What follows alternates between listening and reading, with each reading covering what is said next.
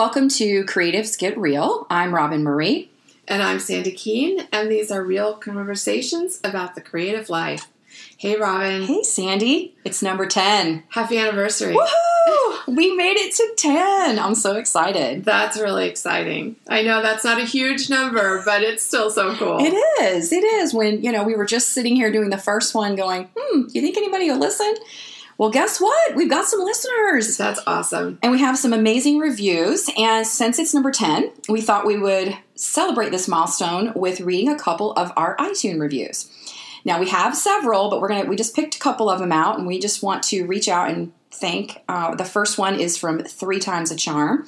And she writes, Roben-Marie and Sandi welcome the listener into their conversation with their open and inviting style. They provide examples to help the listener imagine ways to apply their shared wisdom. Thank you, ladies. Well, thank you 3 Times a Charm. We sure appreciate it. That's an amazing review. Thank you so much for that. And mine is from Christy, and this is someone you and I both actually know. Yes. And she says, listening to Sandi and Roben-Marie's podcast is like sitting down with your besties and dishing about all things real. Super refreshing to listen to an open, honest, genuine conversation about creative life. And that's so cool because that was our whole goal. Yep. I remember when we were first talking about doing a podcast, and the picture I always have in my head is there was a time when I was sitting at Panera, the restaurant, and there was a wedding photographer talking to a client. And I sat there and I milked my lunch for so long because I listened to every word they said because A, it was so interesting, and it was a topic I was really interested in because I had a daughter that was getting married.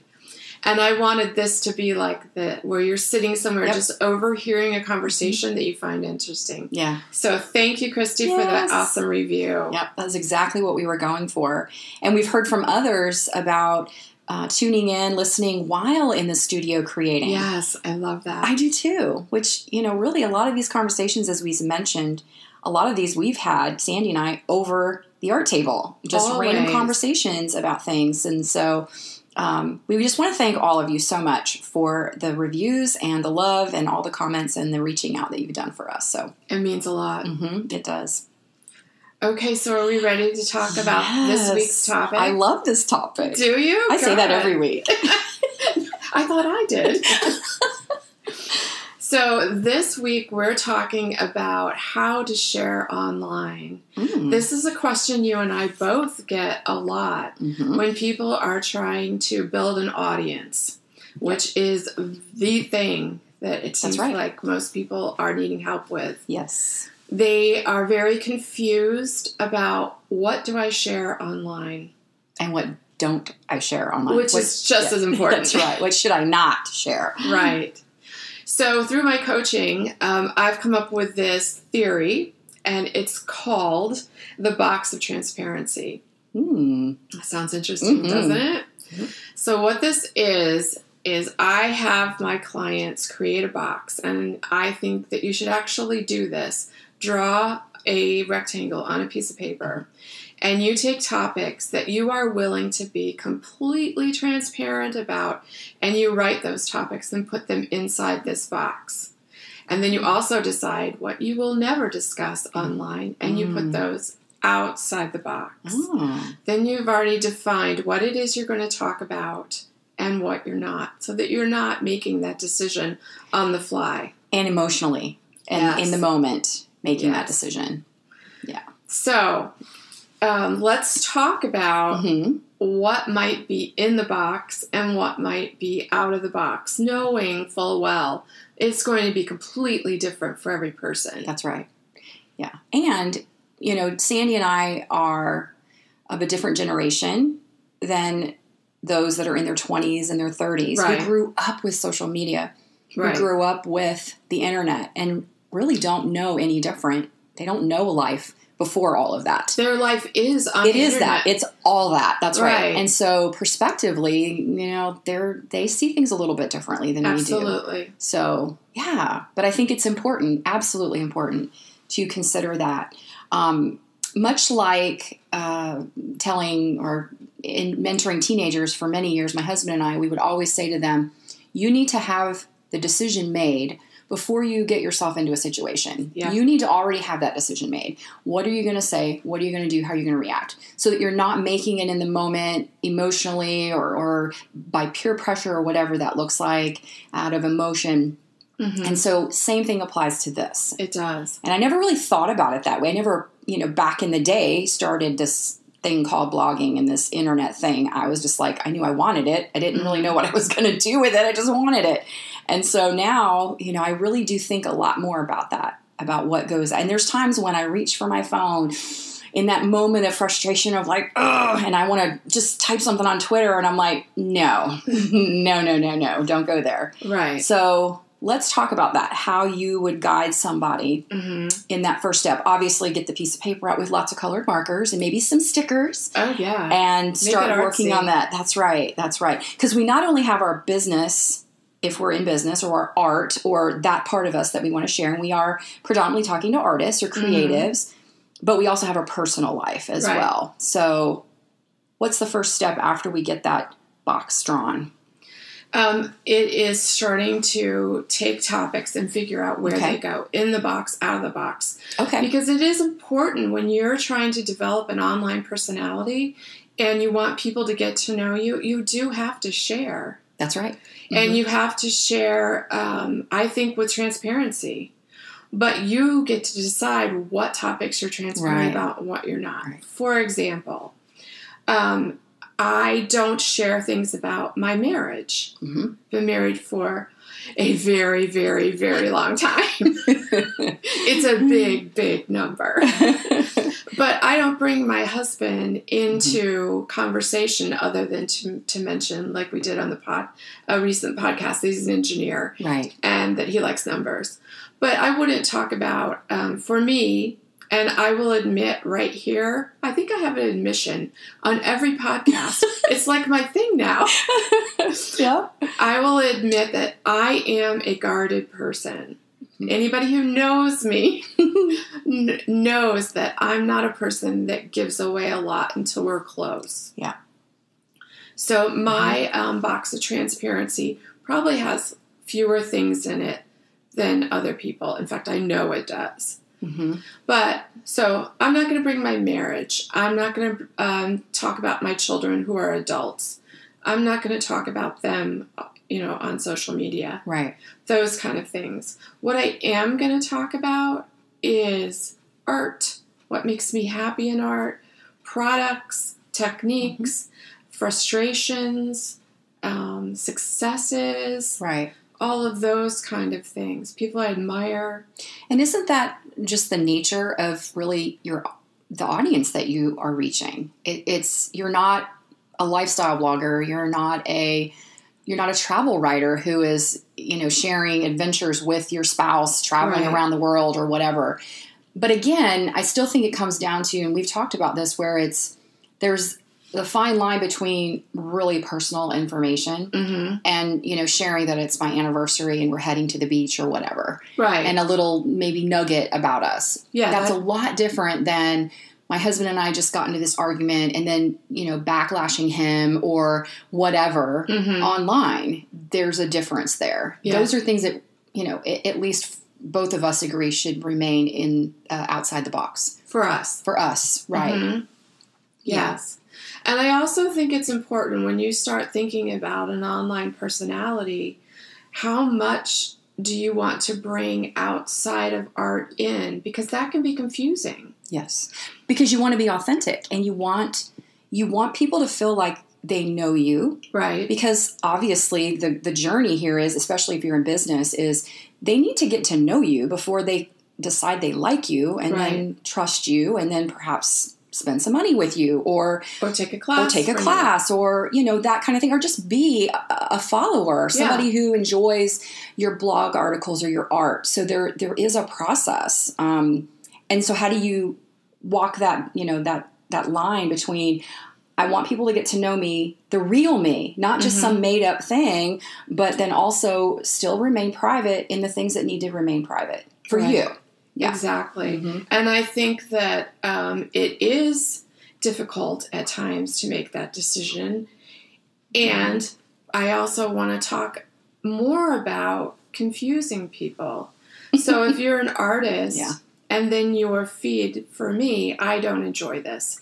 If I'm following an artist and then their feed becomes filled with recipes, that's not why I'm there. Exactly. I don't mind an occasional recipe, sure, or you talking about what you read that was, really inspiring. I want to know that.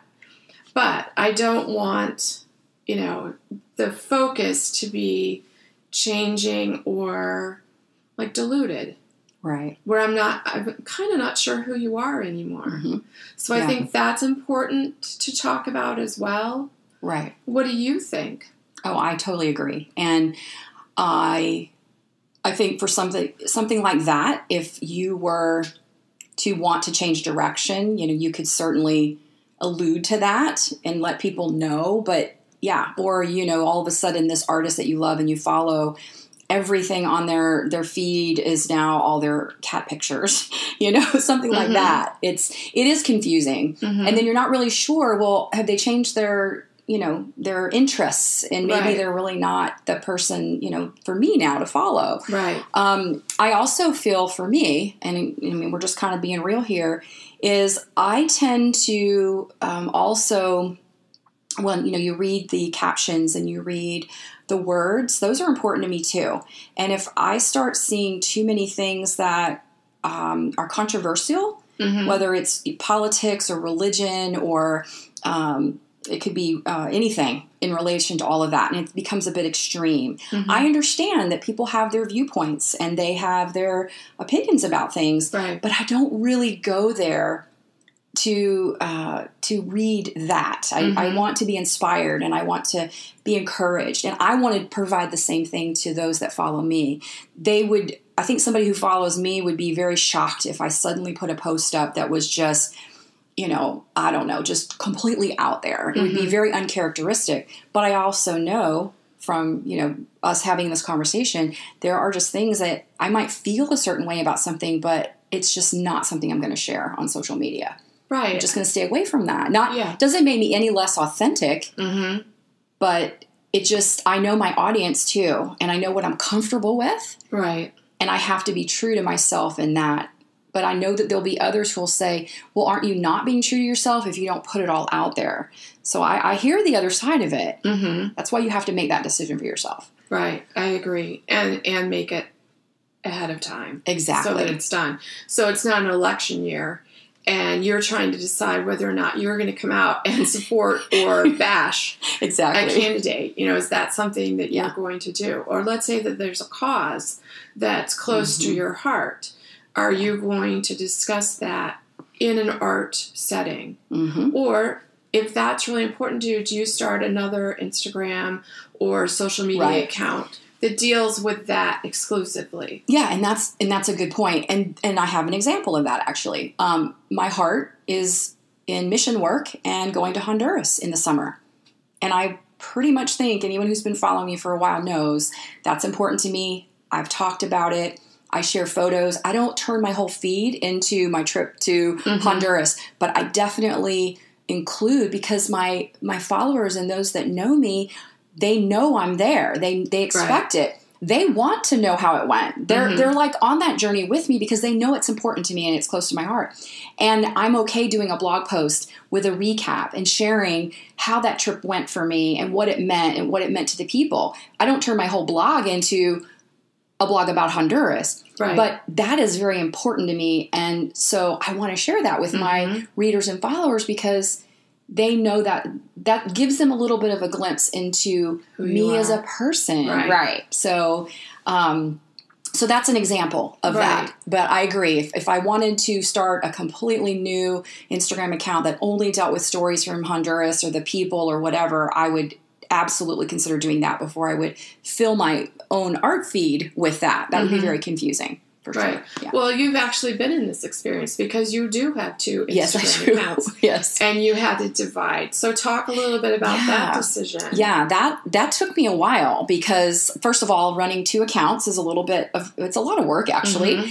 And so with my new membership, Makers Tech U, where I'm predominantly teaching the tech side of everything, websites, Instagram, all of that, because as artists and creatives, we tend to not always be great at the left brain side of things. And fortunately, I kind of excel at both, right. or where I lack in one, I make up in the other, I always like to say. So I decided to start the second Instagram account because there were a lot of things I wanted to post about that related to the techie part, even though it was still related to art. But I knew that my art audience, some would love it because they want that, but not as a whole. Right. And so some things cross over. I still show a little bit of art in the Maker's Tech feed, or I think it's Tech Savvy Artist is the Instagram feed.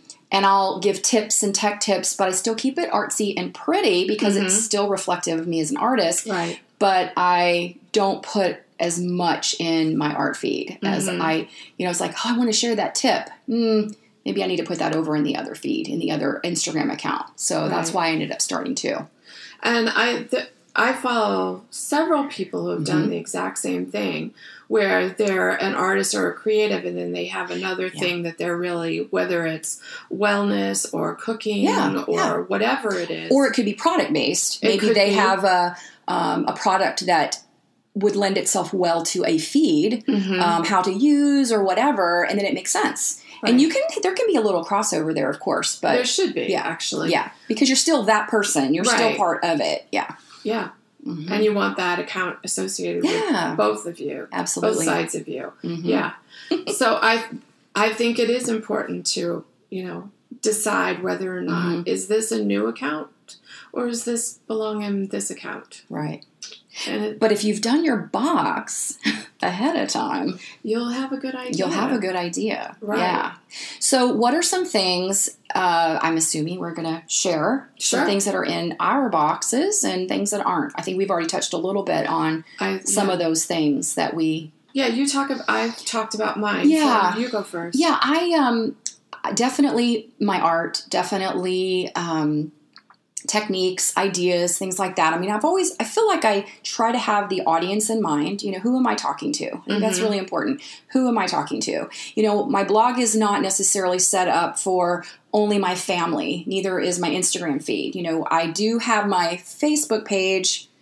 I don't know. You get confused anymore. They change so often. You used to just have Facebook and then everybody followed you. And then they changed it and then now you have a page. So I moved them and I separated them out. So now my Facebook is just for, friends and family. I don't post anything art or business on that one. And then I just have my page.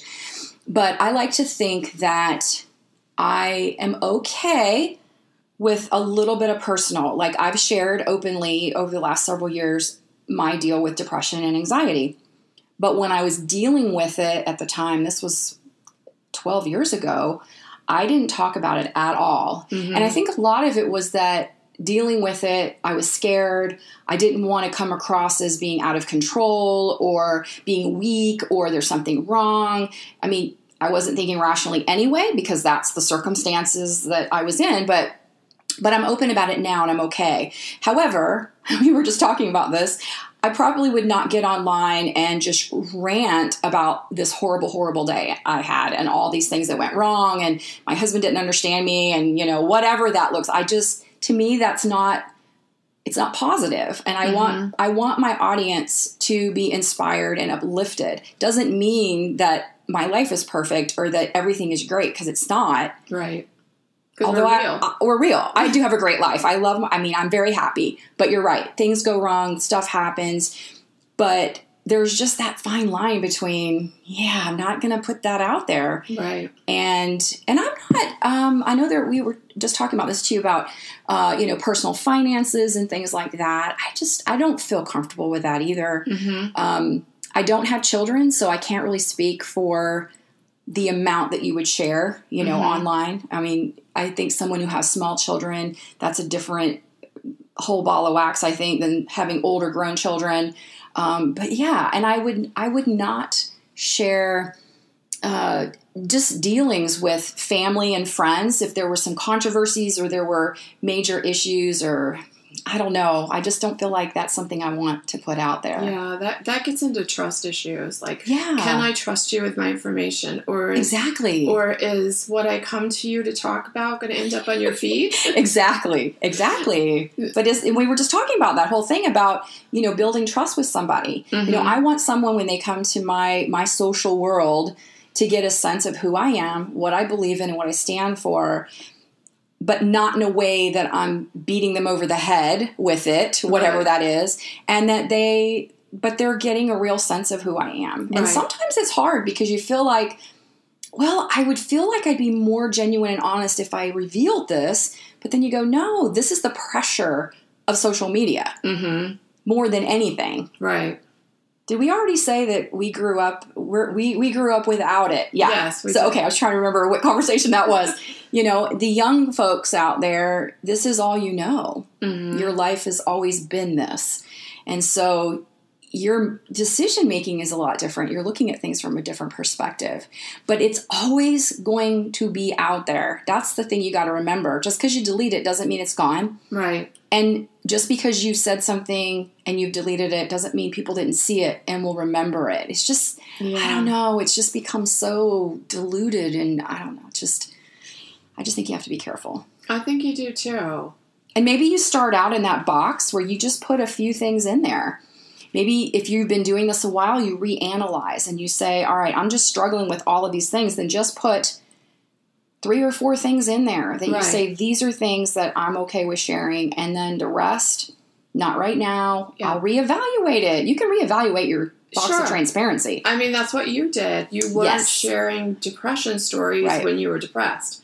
But now that you're on the other side of it, you can look back and you have perspective. Yes.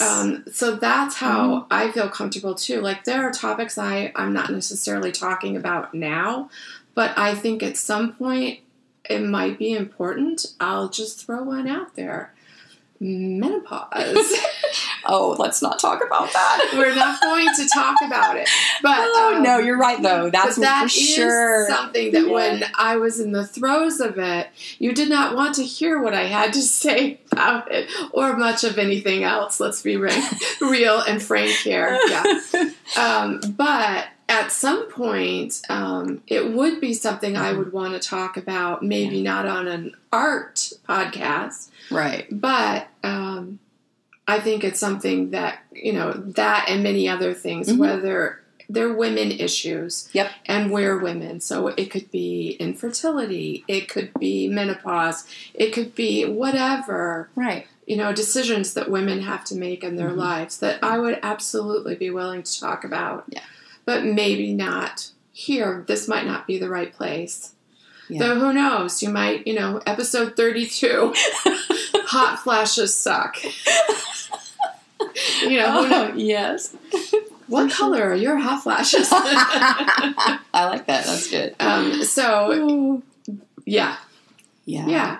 With perspective, maybe you add things into the box and say, hey, I'm ready to talk about this. Yeah. And that's how it was for me. And the response was good. I had people reach out and say, I'm struggling with that. And, how did you deal with that? How can I use my art to, and so it was great because I was able to take an experience that at the time I did not want to share, didn't want to talk about it, wasn't ready. And then when I was, and it went into the box, it was, okay, how can I use that experience to help others and encourage and inspire them? Right. Yeah. That's how I had to look at it. Yeah. Yeah. And I think the exact same thing because both of us, we have purposes of helping others, of inspiration, uplifting, and sometimes sharing the hard times so that people can know that they're not alone. Right. Is a huge thing. And it comes time when you're ready to do that. And maybe it's a separate feed. Maybe. Red hot artists. Ooh.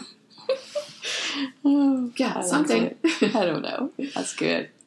But I think this is an important topic that people need to decide before they get there. Yeah. And if you're in doubt and you're not comfortable, then you just don't share it. Yeah, that's your answer right That just has to be. Yeah, absolutely. If you're unsure.